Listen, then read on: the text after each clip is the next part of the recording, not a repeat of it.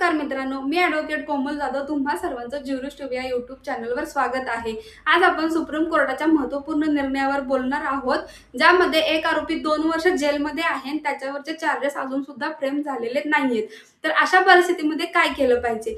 त्यापूर्वी charges frame करणे म्हणजे काय? चार्जेस फ्रेम करणे म्हणजे ज्यावेळेस पोलीस एखाद्याचं आरोपपत्र कोर्टात दाखल करतात, त्यावेळेस ते आरोप ठरवण्याचं काम हे न्यायाधीशांचं असतं। त्याला चार्ज फ्रेम करणं असं म्हणतात।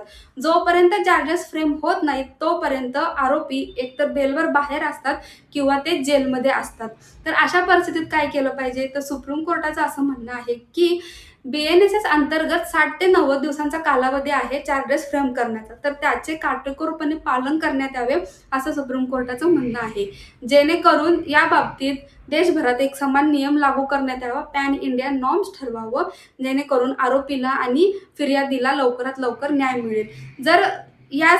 जर असा एक समान नियम लागू करण्यात आला तर त्यामुळे काय होईल, तर कोर्टामधील विलंब कमी होईल, आरोपीला जास्त दिवस अंडर ट्रायल राहावं लागणार नाही आणि त्याचबरोबर न्यायालयाच्या कामांना गती मिळेल आणि सर्वात महत्त्वाचं म्हणजे आरोपीला आणि फिर्यादीला लवकरात लवकर न्याय मिळेल असं सुप्रीम कोर्टाचं म्हणणं आहे। हा महत्त्वपूर्ण निर्णय किंवा हा महत्त्वपूर्ण एक नियम लागू करण्याचा निर्देश सुप्रीम कोर्टाने दिलेले आहेत।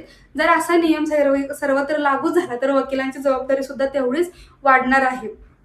जर इन्फॉर्मेशन आवडली असेल तर व्हिडिओला लाईक, शेअर आणि सबस्क्राईब करायला विसरू नका। फॉलो करा, सजग राहा। Thank you so much.